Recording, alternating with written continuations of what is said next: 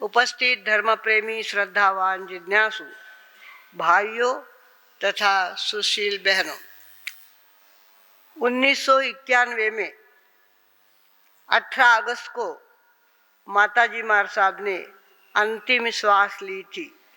अपनी जिंदगी में प्रमाद किस चीज का नाम है यही उन्हें पता नहीं था। कभी प्रमाद नहीं किया उन्होंने।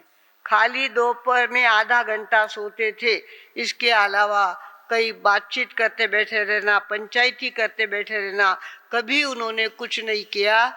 लगातार उनको लक्ष्य था कब मुझे संयम मिले और कब मैं ज्यादा से ज्यादा आराधना करूं। आवाज मोटा नको करूं। तो इस तरह से माताजी मार साहब का लक्ष्य था। वे छोटे थे, 9 साल के, तब उनकी माता का स्वर्गवास हो गया था। उनका ननिहाल मंचर में था और मंचर के अंदर बहुत बड़े पंडित आए थे। पुना वालों ने उनको भेजा था और 18 पाठ उनके सिखाए गए थे। 18 भी पाठ कंठस्थ उन्होंने करके बताए। बोले ये लड़की बहुत होशियार है और ये बहुत आगे बढ़ेगी। इस तरह से पंडित जी ने तब कहा था और तब से उनके दिमाग में संयम ये विषय बैठा था। 9 साल के थे तब से। माँ गुजरी तब से, पर ननिहाल में थे। नाना जी नानी जी कहते थे कि छोरी घनी होशियार है, चोखो छोरो ध्यान में आयो है तो आपलाने ने परणावनी। बिना मारी छोरी ने मां परणाया सिवाय उनार नहीं। उन्होंने उनकी 14 साल की उम्र में शादी कर दी। 14 साल की उम्र में शादी करने के बाद यहाँ आए तो पिताजी का स्वभाव एकदम गर्म, पर कभी उल्टा उत्तर देना या कोई झगड़ा करना या पीछे पल्ला रहना, ये कभी हमने अपनी जिंदगी में उनके साथ रहकर देखा नहीं। भगवानों, उन्होंने अपने 8 बच्चों की माँ थी वो, किंतु हर बच्चे को 7 साल का वो हो जाए तब तक उसका मुंह जबानी भक्तामर और प्रतिक्रमण होना चाहिए। हमने किताब हाथ में ली नहीं, प्रतिक्रमण की हाथ में ली नहीं और भक्तामर की हाथ में ली नहीं। उन्होंने आते जाते कब मुंह में गाथा देते गए और कब हमारा प्रतिक्रमण हो गया, कब हमारी स्वाध्याय भक्तामर हो गया, ये हमको पता नहीं। इस तरह से उन्होंने बचपन से अपने बच्चों को संस्कारित करने का काम किया था और उनके मन में धर्म ध्यान का बीज बोया था। भगवानों, दीक्षा लेने के बाद 54 साल की उम्र थी उनकी दीक्षा ली। तब दीक्षा के लिए बहुत उनको मेहनत करनी पड़ी। वो लंबा विषय अभी तो लेने का समय नहीं है। आज हमको कृष्ण जयंती भी मनानी है। तो माताजी मार साहब दीक्षा लेने के बाद भी शाम को समुद्र के किनारे पठाने जाते थे। समुद्र के किनारे बम्बई में हमारा चौमासा था। पहले 2 चौमासे हमारे बम्बई में हुए, एक हुआ कांदावाड़ी में और एक हुआ पारला में, माटुंगा में। तो दोनों चातुर्मास के अंदर शाम का कल्याण मंदिर होना चाहिए, पलटने को लिए जाना चाहिए और सारा काम तो हाथ में ले लिया था उन्होंने। तीनों टाइम गोचरी वो जाते थे। 54 साल की उम्र थी, तीनों टाइम गोचरी जाना रहा। हमारा संघाड़ा पहले से बड़ा 12, 15, 18, इतने मेरा 19वां नंबर था। दीक्षा ली तब मेरा 19वां नंबर था। इतना बड़ा हमारा संघाड़ा होता था। साथ हम गोचरी के लिए बैठते थे। जिस सेठानी ने अपने घर में कभी बाकी के काम किए नहीं, जैसे बर्तन कपड़े धोना आदि आदि, न हमेशा यहाँ पे काम वाली रहती थी और दगू नाम का आदमी था जो सारे बाहर के काम करता था। इस तरह से यहाँ जिए हुए। पर बात तीनों टाइम गोचरी जाना, गोचरी जाके आने के बाद सबको परोसने की बात हो जाने के बाद, भोजन हो जाने के बाद जो पीछे बचा हुआ होता था वो माताजी मार साहब के थाली में परोसा जाता था। पर माताजी मार साहब ने कभी कहा नहीं मारा घरे के मैं सो खायोड़ो को नहीं, मैं सो नहीं खावनार। कभी उन्होंने कुछ नहीं कहा। जो सामने आया वो उन्होंने ग्रहण किया। इस तरह से समता के साधक थे वो। और 6 साल तक खाली पात्रे धोना, पात्रे पूछना, गोचरी लाना, पानी की 11-11 पात्रे पानी लाना, 11-11 जीना चढ़ के पानी लाना। हमारे पिताजी वहाँ आए थे, इरा वास्ते में दीक्षा नहीं क्यों तो के ये सब बुढ़ापा में ये काम करना रहे कहीं के पग पग घसर गो तो कहीं करो, इस तरह से बोलते थे वो। तो 11-11 पात्रे पानी लाते थे। उसके बाद फर्शी पोंछना, रज निकालना सारा, जो 11 इतने मार साहब भोजन करके उठे हैं, जो पड़ा हुआ है कचरा वो सारा साफ करना, फर्शी पोंछना, और वो बाल्टी का पानी सड़क पे डाल के आना, माटी में डाल के आना, और वो बाल्टी वापस घस के रखना।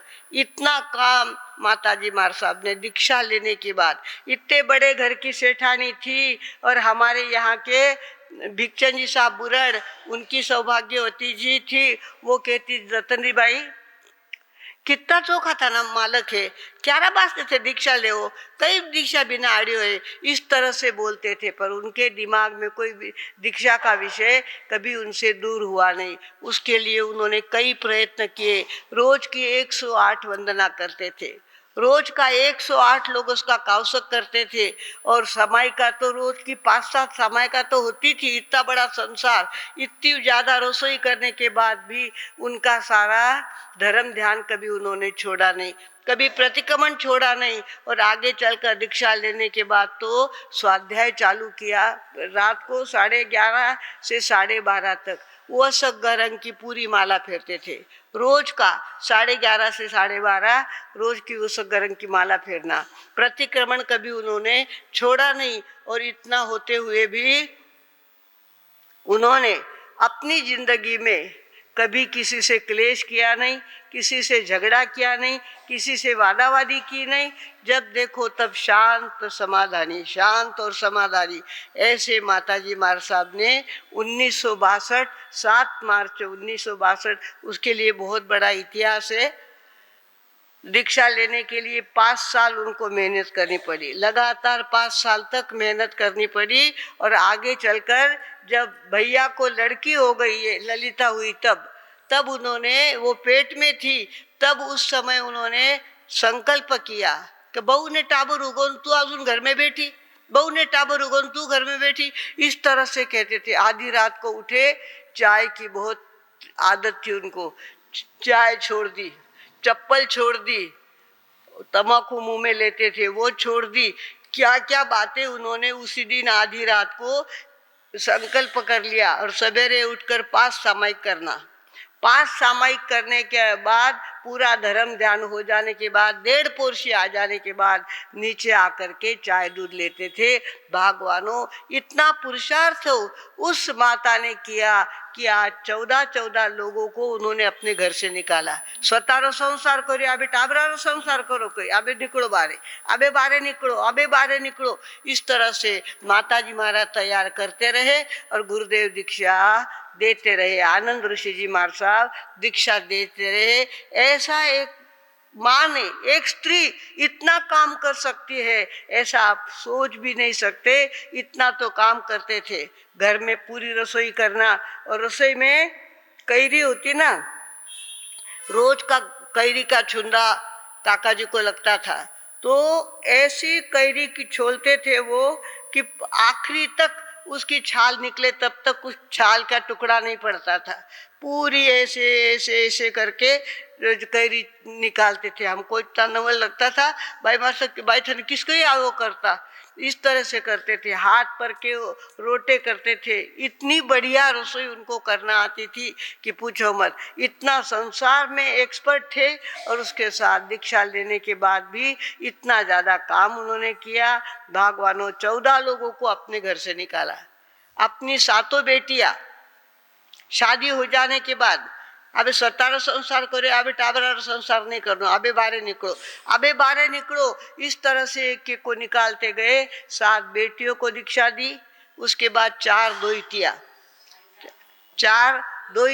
दीक्षा दी, दोइतियों को दीक्षा दी। 2 पोतिया, प्रेरणा जी और प्रज्ञा जी, हमारे बहन की पोतिया है ये, तो उनकी पोतिया हो गई। 2 पोतिया और 1 दोइता। एक दोहिता 18 दोहिते थे उनको। कोई तरी महाराज मंशुर को करो, गुरुदेवरा चरणा में कोई तरी जाओ। इस तरह से 3 लड़के तैयार हुए थे, पर 3 में से 2 तो फिसल गए और एक प्रशांत ऋषि जी आज भी जिन शासन की प्रभावना कर रहे हैं। बहुत सुंदर भजन बनाते हैं, बहुत सुंदर गीत गाते हैं, जहाँ जाते हैं वहाँ नाम कमा के आते हैं। ऐसे प्रशांत ऋषि जी महाराज साहब कुल मिलाकर हमने माताजी महाराज ने 15 लोगों को दीक्षा दी। गुरुदेव देते गए और गुरु माताजी महाराज साहब हकारा भरते गए और दीक्षा होती गई। भगवानों, एक ऐसी ऐतिहासिक नारी होके गई है, इतिहास तैयार किया उन्होंने। छोटे से गांव में पिंपल गांव तो अब बड़ा लगने लग गया है। इतनी दाटी यहाँ पे देखते हैं हम, इतने लोग यहाँ रहने को आ गए हैं। पहले गांव छोटा था और इस छोटे गांव में रहकर पिछवाड़े की गली से आना, कांकरिया के घर में जाना, उनको कहना कि थाने तो काम करना पड़े ना, आड़ा में पुस्तक रख दो नहीं, मुंडा में गाथो रखनो और हाथू काम करनो। मुंडा में गाथो रखनो, हाथू दोनों। इसकी संयम प्रीति जी की काकी और संयम प्रीति जी की माँ को पिछवाड़े से आकर माताजी पिताजी को कहीं बाहर गया हुआ चलता नहीं था, बाहर का आदमी घर में आया हुआ चलता नहीं था। बहुत कड़क स्वभाव था उनका, किंतु इतना होते हुए भी उन्होंने सारी परीक्षाएं पास की और अपनी जिंदगी में ऐसा यश मिलाया कि आज पूरा पाटा उनके मेहनत का भरा हुआ है। उन्होंने जो मेहनत की थी उसका ये सारा फल है। भगवानों, ऐसे हमारे माताजी महाराज साहब अपनी जिंदगी में 83 साल के 83 साल के 83 साल के हुए। 83 साल की उम्र तक आखिरी में तो रोज जाने की तैयार करके बैठते थे। रोज की विदाई, आज करे मालूम करे श्वास निकल जाए, कई मालूम करे श्वास निकल जाए, पूरी तैयारी करते थे। और हमारे क्षमा जी महाराज साहब और नए महाराज को गाने को लगाते थे, तू समझ मना विचार करुणी पाही, तव जीव लग कोणी नाही, तुझ सोडविना मात पिता धनदारा, तू ऐक भावना भारा। इस तरह का रोज का भजन सुनते थे, रोज सब प्रकार के पचकान करके सोते थे। जीव जगू तो आगार, मरू तुम्हारी काया माया, मुसरे मुसरे। इस तरह से रोज का पचकान लेके सोना, रोज की तैयारी करके सोना कि अभी भी मुझे मौत आ जाए मैं जाने को तैयार हूँ। इस तरह से भगवानों, एक ऐतिहासिक नारी ने ऐसा इतिहास तैयार किया कि पूरा पाटा उनके मेहनत का भरा हुआ है, पूरा पाटा उनके मेहनत का भरा हुआ है। और हम दिल्ली में थे 1972 में, हम दिल्ली में थे और दिल्ली में हम जा रहे थे गोलपीट जैन भवन में जा रहे थे। दिल्ली में कोल्हापुर रोड से जैन भवन जा रहे थे। रास्ते में मोतिया खान नाम का एरिया आता है, तो वहाँ हम दोनों माँ बेटी साथ चल रही थी और माताजी महाराज साहब रह गए बहुत पीछे और मैं चली गई आगे। उम्र छोटी थी मेरी, बहुत स्पीड थी चालने में, तो आगे चली गई। पीछे मुड़ के देखा तो माताजी महाराज साहब ऐसे रो रहे थे जैसे कोई बच्चा मर गया हो। पेट का बच्चा मर जाए और माँ रोती है, ऐसे रोते थे। भाई महाराज साहब कई चूक होगी मारो, क्यों थे इतना रोई रहा हो? तो उन्होंने कहा, बेटा देखो नहीं कि तू आबार साइकिल मते चमड़ा रो गठ्ठो लेने एक बाबो जावतो तो अनुरा लोईरा टिपका नीचे पड़ता होता, लोई नीचे पड़तो तो कितना जीव मारे असलूनी जरे इतना सारा चमड़ा लेने उजाय रही है। जिको मारा पेट में आई है तो कई तरी जीव दयारो काम कर, मारा पेट में आई तो कई तरी जीव रो दयारो काम कर। मेरे को मारा मुंडारी माखी उड़े कोनी, मैंने कई समझे कोनी, कटुओ काम करूँ। दिल्ली जी सो मोटो शहर कैसे काम करेंगे? पर तब तो कुछ नहीं हुआ मेरे से। किंतु उसके बाद बम्बई में हम आने 1982 में बम्बई में आए और बम्बई में आने के बाद उसी दिन विनोबा भावे के 7-8 लोग घाटकोपर बम्बई में आए थे और उन्होंने कहा बाबा ने आपको संदेशा दिया है कि देवनार कत्ल खाने में देव नारी को जाना चाहिए, देवनार कत्ल खाने में देव नारी को जाना चाहिए, ऐसा समाचार बाबा ने आपको दिया है। हमको भी बहुत उत्साह आ गया था कि नहीं आपल्याने करणं, बाई मासा कळलं है ना, जीव दयारो काम आपल्याने थे काम करणं। पर हिम्मत मन से हो रही थी, पर ऐसा डर लग रहा था कि अपन कुछ करने जाएंगे, किसी ने गोला फेंक दिया मांस का और दंगा उछल गया तो क्या करेंगे। हमने गुरुदेव को समाचार भेजे, देवा खूप मनात येते जीवदया करण्याची, पण भीती वाटते, मुंबई सारखं सेन्सिटिव्ह शहर आहे हे आणि ते काही दंगा उसळला तर काय करू आपण। तिकडून पुन्हा समाचार आले काहीही होणार नाही, काम उत्तम आहे आणि करण्यासारखं आहे। गुरुदेवरा समाचार आया काम करण शिरको है, चोखो काम है और कई छूनार नहीं। ब्रह्म वाक्य उधर से आ गया, फिर हम काम में लगे। पहली बार तो 2000 लोग हमारे साथ थे बम्बई के अंदर, गुजरातियों के बीच में गुजराती में व्याख्यान देना और गुजराती में व्याख्यान देने के बाद उनके मन को ऐसे तैयार करना कि संवत्सरी के दिन अगर हमने मरते जीवों को नौकार नहीं सुनाया तो क्या फायदा। यहाँ से 6 किलोमीटर पे कत्ल खाना है और वो रोज मर रहे, रोज के 1500 बड़े जीव कटते थे उस समय। तो हमने कहा कि अगर आपने नौकार नहीं सुनाया तो क्या फ़ायदा। सारे गुजराती तैयार हो गए, किसी ने कहा सारी बसें हमारी तरफ से, किसी ने कहा मंडप हमारी तरफ से, किसी ने कहा प्रभावना हमारी तरफ से। ऐसे देखते देखते वातावरण तैयार हो गया। पहले चक्कर में 2000 लोग हमारे साथ थे। दूसरे चक्कर में हम गए तब विनोबा जी की जयंती थी और उस समय हमारे साथ 5000 लोग थे। देवनार कत्ल खाने में हिंगवाला लेन से, घाटकोपर के हिंगवाला लेन से कत्ल खाने तक 6 किलोमीटर होते थे। हमारे साथ 5000 लोग थे। और तीसरा गांधी जयंती के दिन 2 अक्टूबर के दिन हम गए, उस समय 10,000 लोग हमारे साथ थे। पूरी बम्बई यूँ कहो, बम्बई वालों ने कहा महाराज पूरी जिंदगी यहाँ बीत गई पर ये गली हमने कभी नहीं देखी, ये गली हमने कभी नहीं देखी। उस समय 1500 जीव रोज के कटते थे, वो 200 तक आ गए थे। 200 तक जो बहुत ज़्यादा बूढ़े हो गए हैं, जो कायदे से काटे जा सकते हैं, इतने जीव मरते थे। बाकी सारे जीवों को वहाँ अभयदान मिलता रहा। भगवानों माताजी महाराज साहब की ये प्रेरणा थी। आगे चलकर हमारे द्वारा 16 गौशालाएँ खोली गई, एक पिंपल गांव में भी खोली है और ऐसी 16 गौशालाएँ हमने खोली। माताजी महाराज साहब की आज्ञा थी, मारा पेट में आइए कई तरी जीव दयारो काम कर, तो वो जीव दया का काम जहाँ जाते वहाँ गाय की बात करते और इस तरह से 16 गौशाला खोलने का काम हमारे द्वारा हो गया। भगवानों इस तरह से एक माँ ऐसी हो सकती है जो कह सकती है कि बेटी रे ब्याह नहीं करनो, ब्याह नहीं करनो दीक्षा लेवनी, ब्याह नहीं करनो दीक्षा लेवनी। हमको सामयिक सिखाना, प्रतिक्रमण सिखाना, हमारे द्वारा सामयिक करवाना। स्कूल से आते थे, इतनी भूख लगी हुई होती थी, हमारे लिए सारी रसोई बनी हुई तैयार होती थी, वो खाया कि मुँह पत्ती बांधना और सामयिक लेके बैठा रहना। इस तरह से उन्होंने अपने बच्चों को तैयार किया। भगवानों ऐसी माँ किसी को भी मिलने वाली है। हमारे मधुस्मिता जी ने गीत बनाया है,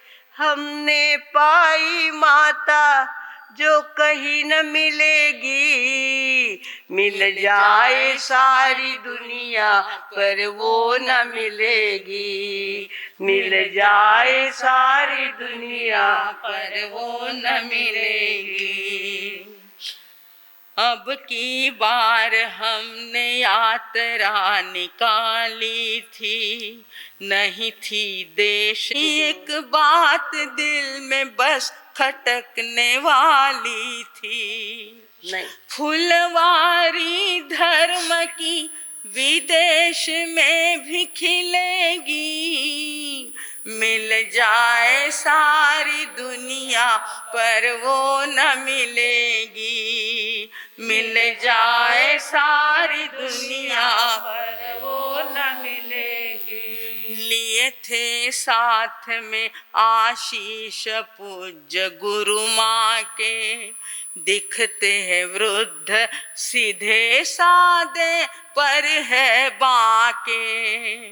व्रत नियमों से डोर बांध ली थी पहले ही, जैसे कोई कृष्ण दूर से ही गायों को हाके। सरिता की धार तो किनारों में ही बहेगी, मिल जाए सारी दुनिया पर वो न मिलेगी।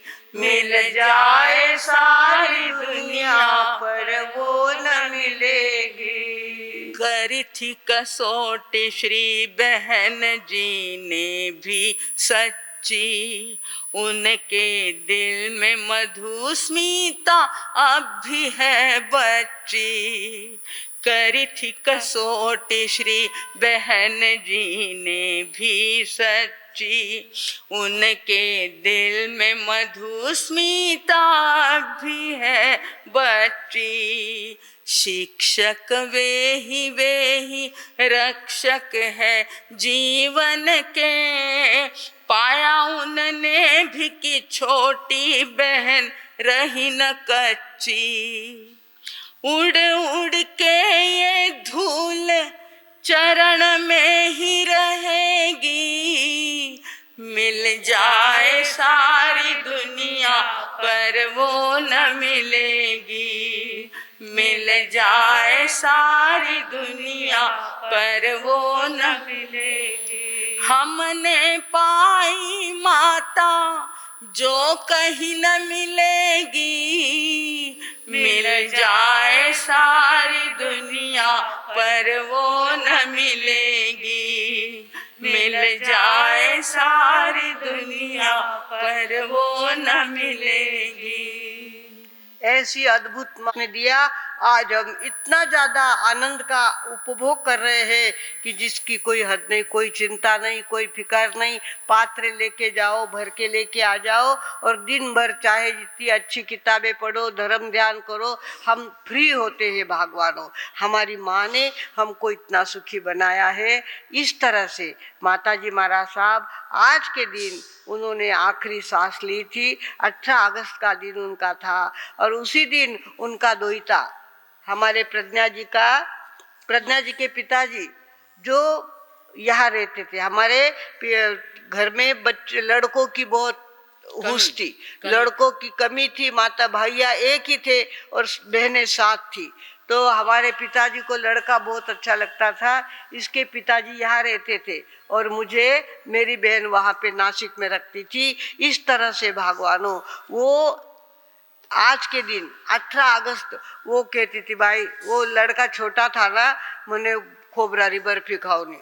बाई लगेच पैसा देवती, समोरू सोमनाथ भवरो हॉटेल होतो, उठू बर्फी लेने आवतो, 2 पग पसार देतो, खावतो रहतो। इस तरह से उसने अपने माँ की वो नानी को नानी कभी नहीं कहा, उसने बाई कहा।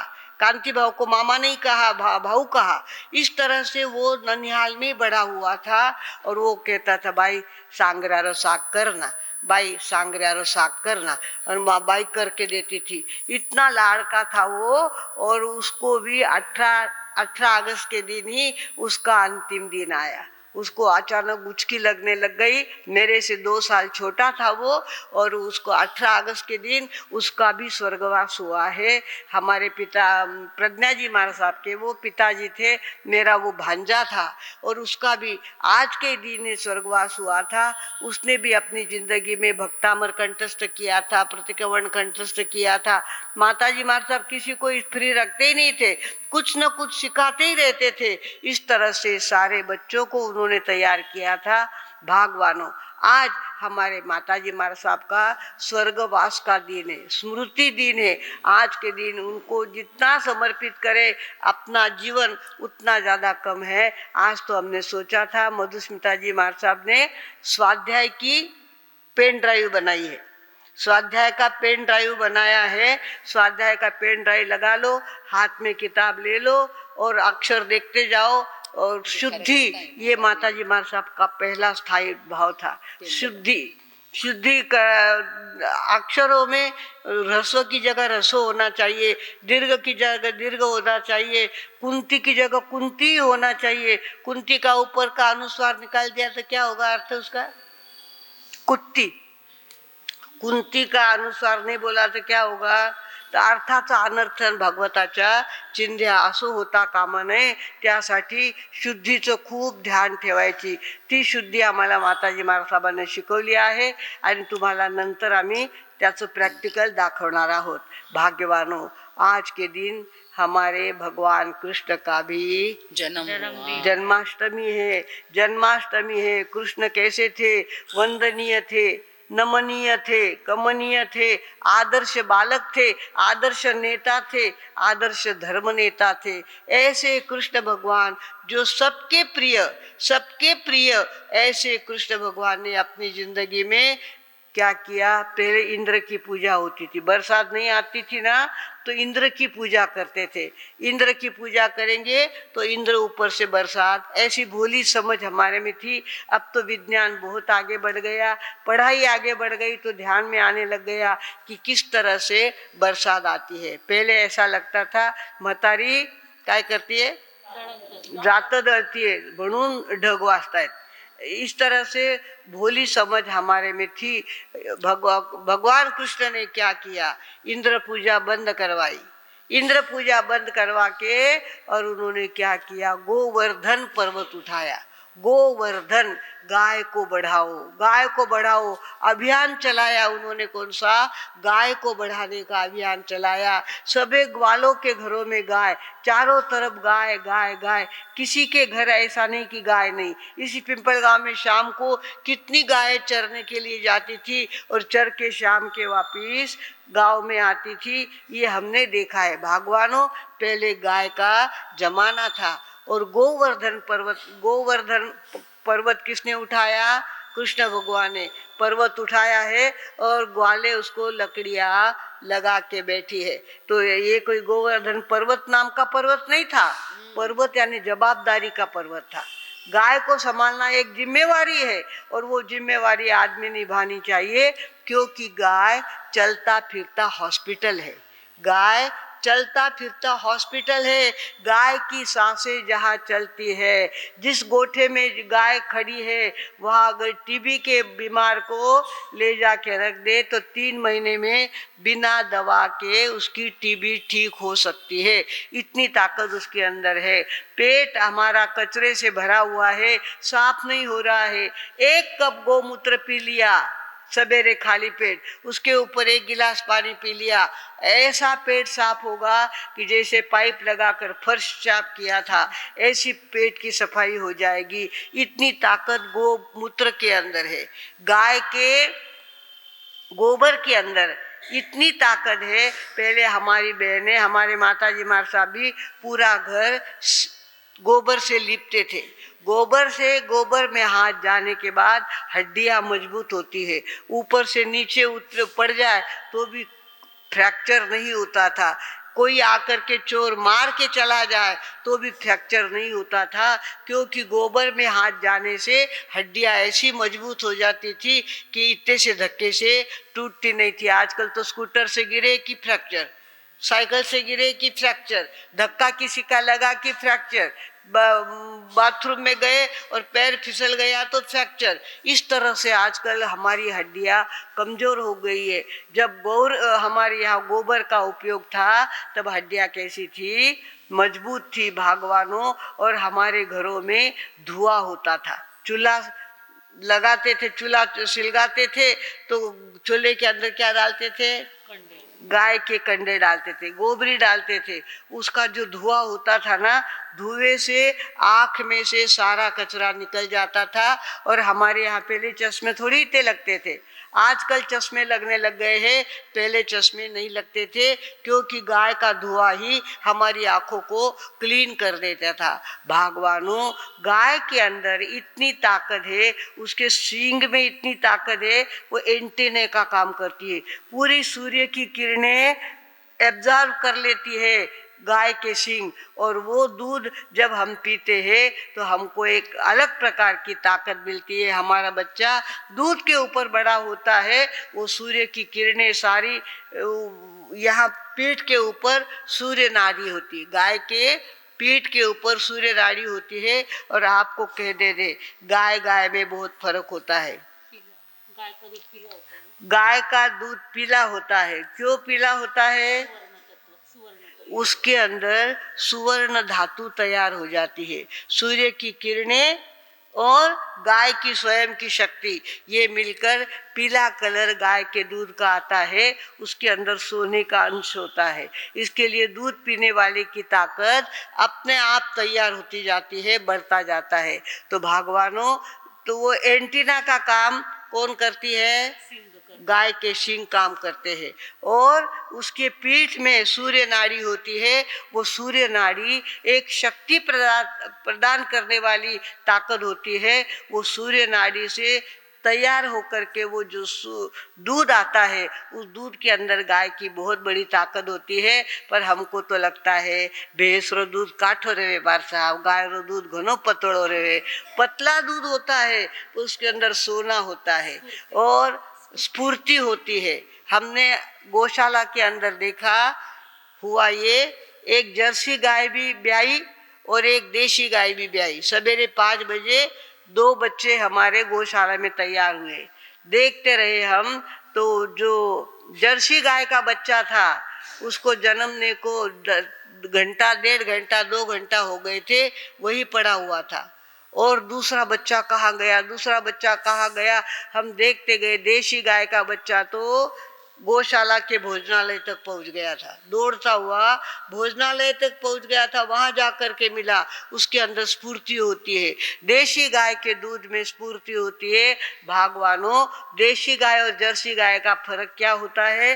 देशी गाय के यहाँ कंधा होता है, इतना बड़ा कंधा होता है। देशी गाय या देशी बैल, उसको अंदर कंधा होता है। और जो विदेशी गाय होती है वो सपाट होती है, उनकी पीठ सपाट होती है। भगवानों, इस तरह से गाय में भी अंतर होता है। तुम्ही म्हणता आमच्या इथे गायचं दूध, पण गाय कोणती तुमच्या इथं ते तर सांगा। गाय ते माहीत नाही आम्हाला, माझा कोणती गाय ते माहीत नाही, पण गायचं दूध आमच्या इथे येतं। कोणत्या गायचं दूध येतं? क्योंकि वो जर्सी होस्टन गाय दूध ज़्यादा देती है, इसके लिए लोग उनको रखते हैं, उसका दूध बेचते हैं गाय के दूध के नाम से। भगवानों, ऐसा नहीं होता है। हमारे कृष्ण भगवान ने गोवर्धन पर्वत उठाया था, गोवर्धन पर्वत उठाया था, गाय बढ़ाओ, गाय बढ़ाओ, एक अभियान चलाया था। ग्वाले उनके दोस्त तैयार हुए थे और उनका मामा कहाँ रहता था? मथुरा। कौन से गांव में रहता था? मथुरा में रहता था। वो श्रीमंत था, सत्ताधीश था, और वो क्या करता था? गांव गांव से मक्खन अपने गांव में मंगवा लेता था। गांव गांव के मक्खन कहाँ आते थे? गांव गांव के दूध के मटके भी मथुरा में पहुंचते थे। और कृष्ण भगवान ने क्या काम किया? मटकियाँ फोड़ना चालू किया, मटकियाँ फोड़ना चालू किया। मटकी लेकर के वृंदावन से, गोकुल से कोई औरत मथुरा की ओर जाने को निकली कि उनके दोस्त क्या करते थे? पत्थर फेंक करके वो दूध ढोल देते थे। नहीं, श्रीमंतों के यहाँ नहीं जाना चाहिए। हमारे गांव की ताकत बढ़नी चाहिए, गांव के लोगों की ताकत बढ़नी चाहिए। अपने दोस्तों को लेते और घुस जाते किसी के घर में, और मटकी में जो मक्खन होता वो खुद भी खा लेते और अपने दोस्तों को भी खिला देते थे। उनकी ताकत बढ़नी चाहिए, उनकी हिम्मत बढ़नी चाहिए, उनकी पावर बढ़नी चाहिए। और गाय की ताकत, हाँ, सबसे ज़्यादा ताकत होती है, वो बढ़नी चाहिए। इस तरह से उन्होंने गोवर्धन पर्वत उठाने का काम किया था। सत्ता के विपरीत अपनी लड़ाई छेड़ी थी। बच्चे थे, पर बच्चे के रूप में भी उन्होंने हिम्मत के काम किए थे। भगवानों, गोकुल को उन्होंने स्वावलंबी बनाया, स्वस्थ बनाया और उद्यमी बनाया। स्वावलंबी बनाया, स्वस्थ बनाया और उद्यमी बनाया। कृष्ण भगवान ने ये काम किया था। छोटे लोगों को सम्मान देते थे, गरीब लोगों को सम्मान देते थे। सुदामा उनका दोस्त कितना गरीब था, पर उनके साथ उनकी जिगरी दोस्ती थी। भगवानों, इस तरह से हमारे कृष्ण भगवान नेमिनाथ भगवान के चचेरे भाई थे। हमारे 22 तीर्थंकर कौन है? अरिष्टनेमी भगवान। उनके चचेरे भाई कौन थे? कृष्ण भगवान थे। हृदय दीजो चांदनों ने, नैना दीजो जोते, हृदय दीजो चांदनों ने, नैना दीजो जोते, इतनी बाता नहीं दे ओ तो रह जाऊंगा ठोट नागर नंद जीरा लाला, इतनी बाता पूरी करो तो फेरुआ परी माला हो नागर नंद जीरा लाला, इतनी बाता पूरी करो तो फेरुआ परी माला।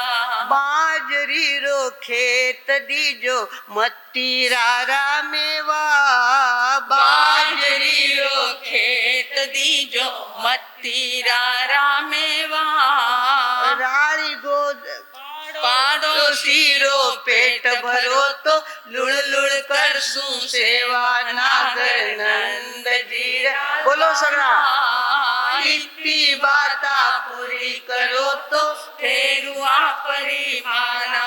बाजरी रो सोगरो ने ऊपर काठो घी, बाजरी रो सोगरों ने ऊपर काठो घी, रारी गोदड़ा ओढ़ण दीजो घणो पड़े जदसी हो नागर नंद जीरा लाला, इतनी बाता पूरी करो तो फेरुआ परी माला। मिंदर ऊपर तिब्बारों ने दुवन धोड़ी गाय, मिंदर ऊपर तिब्बारों ने दुवन धोड़ी गाय, दास मलू को करे बीनती सुन जो जादव राय नागर नंद जीरा लाला, इतनी बाता पूरी करो तो फेरुआ परी माला हो नागर नंद जीरा लाला, इतनी बाता पूरी करो तो फेरुआ परी माला। फिर दे दीजो चांदनों ने, नैना दीजो जोते, हृदय दीजो चांदनों ने, नैना दीजो जोते, इतनी बाता नहीं दे ओ तो जल्दी दीजो मोत नागर नंद जीरा लाला, इतनी बाता पूरी करो तो फेरुआ परी माला हो नागर नंद जीरा लाला, इतनी बाता पूरी करो तो फेरुआ परी माला। अब तक गाय की क्वालिटी ही आप लोगों ने बदल दी है, उसको संभालने का ढंग अलग हो गया है, उसके ऊपर चाबुक क्या मारते हैं, उसको दौड़ाते क्या हो, उसकी शरीयत क्या लगाते हो, आदि सारी बातें, गाय की क्वालिटी कम हो गई है। पहले गाय को भगवान की तरफ पूजा जाता था, गाय के फायदे ध्यान में लेकर गाय की हर चीज का उपयोग किया जाता था।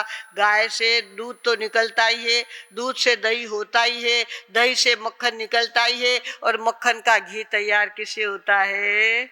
गाय के दूध से होता है भगवानों। और हमारी बहनें सबसे ज्यादा संभालती है घी को। घी संभालने वापरो, घर्रा गाय रो घी संभालने वापरो, मागो चुरिंदा बापची घर्रा गाय रो घी ले ना थोड़ो, घर्रा गाय रो घी, घर्रा गाय, घर के गाय के घी की क्या कीमत है? आज भी वो कीमत है भगवानों। गाय की अपनी एक क्वालिटी थी। और बात ये है 1857 में अपने यहाँ पे बहुत बड़ी लड़ाई हुई थी, बहुत बड़ा युद्ध हुआ था। दिल्ली के अंदर सारा वातावरण आप देखो तो ऐसा सुनसान स्मशान जैसा वातावरण हो गया था। और उसके अंदर कुछ गुंडे घूम रहे थे, दिल्ली के अंदर कुछ गुंडे घूम रहे थे, कहीं से कुछ लूटने को मिले, कुछ सामान मिल जाए, उसके लिए वो घूम रहे थे। तो वहाँ उनको बहुत भूख लगी थी, पर एक होटल भी खुली नहीं। अब आप कोरोना का अनुभव आपने लिया है अभी, ना होटल खुला, ना खाने की कोई व्यवस्था। इस तरह का वातावरण 1857 में था। और उस समय एक गाय, गर्भवती गाय थी, और वो सड़क पे घूम रही थी। तो वो गुंडे सारे और जात के थे, नॉनवेज खाने वाले थे। उन्होंने कहा अरे सामने शिकार है, इसका शिकार करेंगे, अपना पेट अपन भरेंगे। उसको क्या कर लिया उन लोगों ने, पकड़ लिया और पकड़ करके एक कोने में ला करके उसके पैर बांध करके उसको सुला दिया। और अब सुला दिया, पर चाकू लाए कहाँ से? चाकू तो उनको लेके निकले नहीं थे, चाकू उनके पास था नहीं। अब क्या करे? तो अपने दोस्तों को उन्होंने कहा जाओ कहीं से भी लेके आओ, आज हम भूखे नहीं रहेंगे, भूख हमको बहुत ज़्यादा लगी है और हमें कुछ खाना है। इस गाय का हम ऑपरेशन करेंगे और अपना पेट भरेंगे। ऐसा सोचकर गाय को क्या कर दिया उन्होंने, नीचे सुला दिया। नीचे सुला दिया, सच्चा बना हुआ प्रसंग कह रही हूँ आपको, दिल्ली का प्रसंग है ये। तो चांदनी चौक का एरिया था, उस समय ये बातें हुई थी। तो उस समय उनको नीचे सुला दिया तो उसने देखा, उस आदमी ने देखा इस गाय का पेट तो बड़ा है, ये शायद गर्भवती है। और उसको अपने पत्नी की याद आई, मेरी पत्नी भी गर्भवती है और गर्भवती स्त्री को तो कैसा रखना चाहिए, मैंने क्या किया, इसको काटेंगे, इसको खाएंगे? नहीं, ये नहीं खाना। गाय को कहा बेटा उठो, माँ उठो उठो, तुम चलती बनो। गाय में बहुत अक्ल होती थी पहले जमाने में। और इस तरह से उन्होंने क्या किया, गाय को उठो उठो कहा, थोड़ा धक्का दिया और गाय उठ गई, उठ के खड़ी हो गई। और उसने कहा, बाकी तो गए थे चक्कू लाने के लिए और सामान मसाला मिर्च लाने के लिए गए थे, और ये अकेला यहाँ पे था। इसने क्या किया, गाय को कहा चली जाओ, कहीं भी छुप जाओ, कहीं भी चली जाओ, कहीं भी छुप जाओ। इस तरह से कहा, गाय बराबर चलती बनी और कहीं किसी कोने में जा कर के छुप गई, पता तक नहीं लगा। वापस ये आए सारे लोग, मसाला लेके आए, चक्कू लेके आए कहीं से। तो उन्होंने देखा गाय कहाँ गई। इसने कहा मुझे इतनी चक्कर आ गई थी, इतनी भूख लगी थी, भूख के मारे मुझे अंधेरा आ रहा था, मैं माझ्या डोळ्याला अंधारी येत होती, मला काही माहित नाही, कुठे गेली ती माहित नाही, ऐसा सांगितलं आणि वो तो वापस सो गया। अब इधर क्या हो गया, युद्ध का वातावरण पूरा हुआ और जो ऐसे लोग थे उनको पकड़ा गया। इसके अंदर ये ग्रुप भी पकड़ा गया और इनको फांसी की सजा जज साहब ने सुना दी। फांसी की सजा सुनाई, उसमें पहला नंबर किसका था, जो गाय को बचाने वाला था, उसका पहला नंबर फांसी के लिए तैयार था। फांसी उसके लिए तैयार की गई और फांसी के अंदर उसको लटकाया गया। जल्लाद वहां पे आए और उन्होंने क्या किया, उसकी डोरी खींचने की तैयारी कर रहे थे। तो तब तक तो इसने देखा कि पीछे जो पैर रखने की जगह होती ना, पैर रखने की जगह वो निकाल दी जाती है, वो लटक जाता है फिर, और उसका गला फिट हो जाता है डोरी के अंदर। तो उसके पैर के नीचे जो रखा हुआ था सामान, वो तो वहां से गायब था, पर उसको ऐसा महसूस हुआ कि मेरे पैर के नीचे गाय के सींग है, गाय के सींग है, ऐसा उसको ध्यान में आया। और जल्लादों ने काफी डोरी खींचने का प्रयत्न किया, पर डोरी को कोई जोर आया नहीं और गला इसका फंसा नहीं, वो जिंदा निकला। एक बार जिंदा निकला, दूसरी बार वापस उसको फांसी पे चढ़ाया, दूसरी बार भी उसके पैर के नीचे गाय के सींग आते थे और उसका गला कोई जाम नहीं होता था। इस तरह से 3 बार उसको फांसी पे लटकाया गया। 3 बार उसके पैर के नीचे का सामान तो कहाँ चला गया पता नहीं, पर उसके पैर के नीचे गाय के सींग उसने महसूस किए। और आखिर लोगों ने कहा शायद अल्लाह को मंजूर नहीं है कि ये गाय मरे, इसके लिए इसको बार बार क्या करता है, इसको बचाया जा रहा है, ये बंदा मरने वाला नहीं है, इसको छोड़ दो। उसको छोड़ दिया गया। 3 बार उसको फांसी लटकाने का प्रयत्न किया, पर नहीं वो मरा और आखिर उसको छोड़ दिया गया। जब जेल के बाहर वो गया तो बाहर देखा गाय के जेल के बाहर एक गर्भवती गाय खड़ी थी। तब से वो मुसलमान होते हुए भी उसने शाकाहार का संकल्प कर लिया। मैं गाय की पूजा करूंगा, गाय की भक्ति करूंगा, गाय को चारा खिलाऊंगा, मैं आधा पेट रहूंगा पर गाय का पेट भरूंगा। इस तरह से संकल्प किया और शुद्ध शाकाहारी वो बन गया। भागवानो, गाय में दैविक शक्ती होती है। तुम्ही सांगता 33 कोटी देवांचा तिच्या पोटामध्ये वास आहे, तसं काही नाही, पण 33 कोटी देवांच्या गोळा करून जी शक्ती होते ती शक्ती त्या गायमध्ये आहे. गायच्या शेणात आहे, गायच्या शिंगात आहे, गायच्या मूत्रात आहे, गायच्या प्रत्येक अवयवातून निघालेला कचरा ते औषधाचं काम करणारी गाय आहे. भागवानो, गाय को चलता फिरता हॉस्पिटल कहा गया है। गाय को बचाना हमारा बहुत बड़ा धर्म है। हमारे पिंपलगांव वालों ने 600 गायें संभाली है। यहाँ पे कितनी है? हमारी गौशाला में 600 गाय है। और उसी समय हमको दिलीप बनकर ने कहा था, महाराज तुमच्या दारी आम्ही मागायला येणार नाही, तुमच्या दारी गाईच्या चाऱ्यासाठी दान मागायला आम्ही येणार नाही. आमचे धंदा इथं चालतो द्राक्षाचा आणि कांद्याचा. त्याच्यातले 100 बागे 15 पैसे, अगोदर 5च ठेवले होते, 5 पैसे होते, त्यानंतर 10 केले, त्यानंतर आता 15 पैसे. 15 पैसे 100च्या पाठीमागे 15 पैसे आम्ही गायच्या चाऱ्यासाठी काढू. आणि आज भी गाय के चारे का पैसा हमारे व्यापारी लोग अपने 100 में से 15 पैसे निकाल करके देते हैं. रोज के हजारों रुपए इकट्ठे होते हैं और उसका गाय का चारा निकल जाता है. आज तक हमारे पास, हमने 2006 में चातुर्मास किया था, तब ये गौशाला शुरू हुई थी. तब से आज तक हमारी गौशाला व्यवस्थित चल रही है, खाली व्यापारियों के पैसों के कारण. कहीं वो मांगने गए नहीं, कहीं वो उन्होंने भीख मांगी नहीं और गाय का पेट भरता रहा है. भागवानों, इस तरह से गाय को, और जब से गौशाला यहाँ पे हुई है, लोगों के बिजनेस बढ़ गए हैं, लोगों का धंधा बढ़ गया है, लोगों की इनकम बढ़ गई है. हमारा पिंपलगांव श्रीमंत हो गया है. आज कोई ऐसा नहीं है कि जिसके लिए हमें कुछ मदद करनी पड़े. ऐसे सारे लोग तैयार हो गए हैं, सभी के अच्छे धंधे चलने लग गए हैं. लोग इसको, तुम्हारे गांव को क्या कहते हैं? दुबई ना? दुबई कहते हैं. हमारी भव्य कहती है हम भगवान हैं जो हमको पिंपलगांव जैसा ससुराल मिला है. पिंपलगांव जैसा ससुराल मिला है क्योंकि यहाँ की मिट्टी में मिठास है. यहाँ की सब्जी और दूसरे गांव की सब्जी में रात दिन का अंतर है.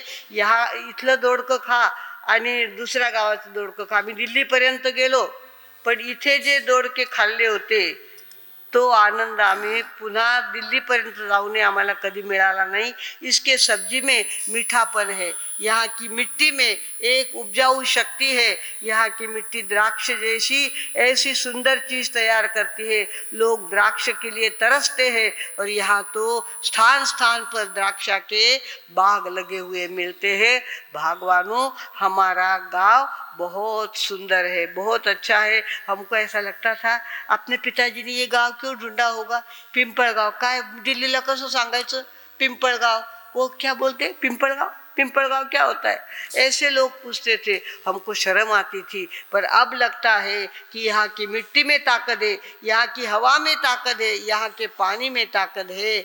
मातीला वंदन एथल्या मातीला वंदन, मातीला वंदन एथल्या मातीला वंदन. या मातीची शक्ती न्यारी, या मातीची शक्ती न्यारी, सहनशीलता आहे भारी, सहनशीलता आहे भारी. श्रेष्ठ हिचे स्पंदन एथल्या मातीला वंदन, मातीला वंदन एथल्या मातीला वंदन. सर्जनशीलता गुण हा मोठा, सर्जनशीलता गुण हा मोठा, खाद्य वस्तूचा इथेच साठा, खाद्य वस्तूचा इथेच साठा, तुझेच अभिनंदन येथल्या मातीला वंदन, मातीला वंदन, येथल्या मातीला वंदन. समावेश करीशी सर्वांचा, समावेश करीशी सर्वांचा, घेई पोटी आग्रह आमुचा, घेई पोटी आग्रह आमुचा, सुगंध जणू चंदन येथल्या मातीला वंदन, मातीला वंदन, येथल्या मातीला वंदन. लंबा गीत है ये, तो समय अपना हो गया है। भगवानों, इस तरह से कुछ भी हो, हमारे माताजी महाराज साहब ने भी गोरक्षा की प्रेरणा दी, कृष्ण भगवान ने भी कृष्ण गोवर्धन पर्वत उठाया, और आज भी हम अनुभव करते हैं कि गाय जहाँ होती है, जहाँ पे गाय होती है उसको पीछे देखना नहीं पड़ता। जब से हमारे यहाँ गौशाला हुई है, लोगों को पीछे देखना नहीं पड़ा है। समृद्धि यहाँ की बड़ी है, शक्ति यहाँ की बड़ी है, यहाँ की लोक संख्या भी बड़ी है। गाय का अपना एक अस्तित्व है, गाय की अपनी एक शक्ति है। मुर्गी और बकरी तो हम बचा नहीं सकते, फिर भी बचाने का प्रयत्न किया था। इस समय ईद के दिन क्या किया था, कितने पैसे इकट्ठे हुए थे, 36,000 रुपये लोगों ने, संगमनेर से समाचार आए थे, आप अगर बकरियों को बचाएंगे तो आखिरी दम तक हम उनको संभालेंगे। ऐसा समाचार मिलने के बाद हमने 36,000 रुपये इकट्ठे किए, यहाँ पे इकट्ठे हुए, और वो कहाँ भेजे, संगमनेर की गौशाला में। आज भी वहाँ पे गुजराती कार्यकर्ता है, वे बकरियों को भी संभालते हैं, उनको भी बचाते हैं। भगवानों, हमारा धर्म जीव दया धर्म है, जगा आणि जगू द्या, जियो और जीने दो, ये हमारा नारा है, और इस नारे को जागना हमारा परम कर्तव्य है। हमारे कृष्ण भगवान ने भी ये काम किया। हमारे कृष्ण भगवान जब जन्मे थे तब यहाँ पर बिजली, बादल, आंधी, तूफान आदि सारा जोरदार था। भगवान कृष्ण का जन्म कहाँ हुआ, जेल में हुआ। माँ देवकी ने कहा जन्म दिया, जेल में जन्म दिया। उस समय आंधी, तूफान, बादलों की गड़गड़ाहट, बिजली की चमक आदि सारा वातावरण था। और वो मामा क्या करता था, कंस मामा एक एक को मारता था, क्योंकि किसी ने कह रखा था तुम्हारी बहन का लड़का ही तुम्हारा काल बनने वाला है, तुम्हारी जिंदगी को खत्म करने वाला तुम्हारी बहन का लड़का है। इसलिए बहन ने लड़के को जन्म दिया कि सवेरे मामा क्या करते थे, उसको पत्थर पे पटक करके मार डालते थे। कृष्ण का जब जन्म हुआ आधी रात को, तो देखा कि कहीं वापिस ऐसी दुर्घटना ना हो जाए, इसके लिए हमारे कृष्ण के पिता कौन थे, वसुदेव। वसुदेव कहाँ निकले, यमुना के पार, कौन सा गांव, गोकुल में चले गए। कृष्ण का अंगूठा पानी को लगा था, और पानी ने क्या कर दिया, रास्ता देना चालू किया, वसुदेव को रास्ता देना चालू किया। और वसुदेव कहाँ पहुँचे, गोकुल में पहुँचे। वह यशोदा माता मिली, उसने उनको संभाला। वो पालने वाली माला को माता कौन थी, वसुधा, और जन्म देने वाली माता थी देवकी। इस तरह से भगवानों हमारे कृष्ण ने भी आंधी और तूफान में जन्म लिया था। उस समय कितने भयंकर लोग थे।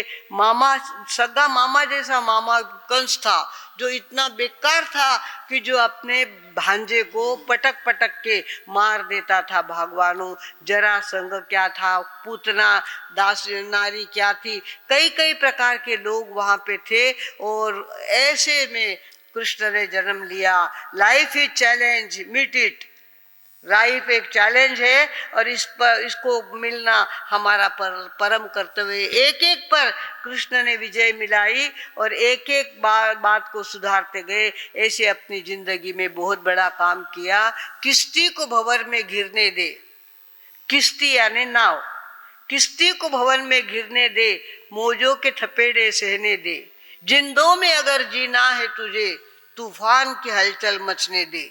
जिंदों में अगर जीना है तुझे, तूफान की हलचल मचने दे। इस तरह से भगवान कृष्ण के सामने बहुत बड़ा चैलेंजिंग वातावरण था और ऐसे में कृष्ण ने जन्म लिया और काम करके दिखाया, इतिहास बना के दिखाया, गोवर्धन पर्वत उठा के बताया और गायों को पालने का संदेश लोगों को दे के वे गए हैं। भगवानों ऐसे कृष्ण का आज के दिन क्या हुआ था, जन्म हुआ था। आज हमें चाहिए हम अपने गाय के लिए, कृष्ण ने जिस गाय का संदेश दिया है उस गाय के लिए हम अपने जमा किए हुए पैसे में से दान देंगे। उनको अपनी साड़ी लेते हैं तो साड़ी कम से कम 300-400 के नीचे साड़ी आती नहीं है। एक एक व्यक्ति ने 500-500 का भी दान दिया तो हमारी गौशाला में एक शक्ति बढ़ेगी। रोज वो घास खाती है, आज कृष्ण जयंती के दिन उनको पेंट सरकी खाने को देनी चाहिए। हमको जैसे काजू बादाम मीठे लगते हैं ऐसे उनको पेंट सरकी बहुत अच्छी लगती है। तो सरकी का आहार उनको मिलना चाहिए। सरकी खाने से उनके दूध में भी ताकत आती है और उनको भाती बहुत है। इसके लिए हम तो हमारे पुणे के गौशाला में प्राइवेट कोई आते हैं तो उनको कहते हैं बस गाय की सरकी के लिए दान दो।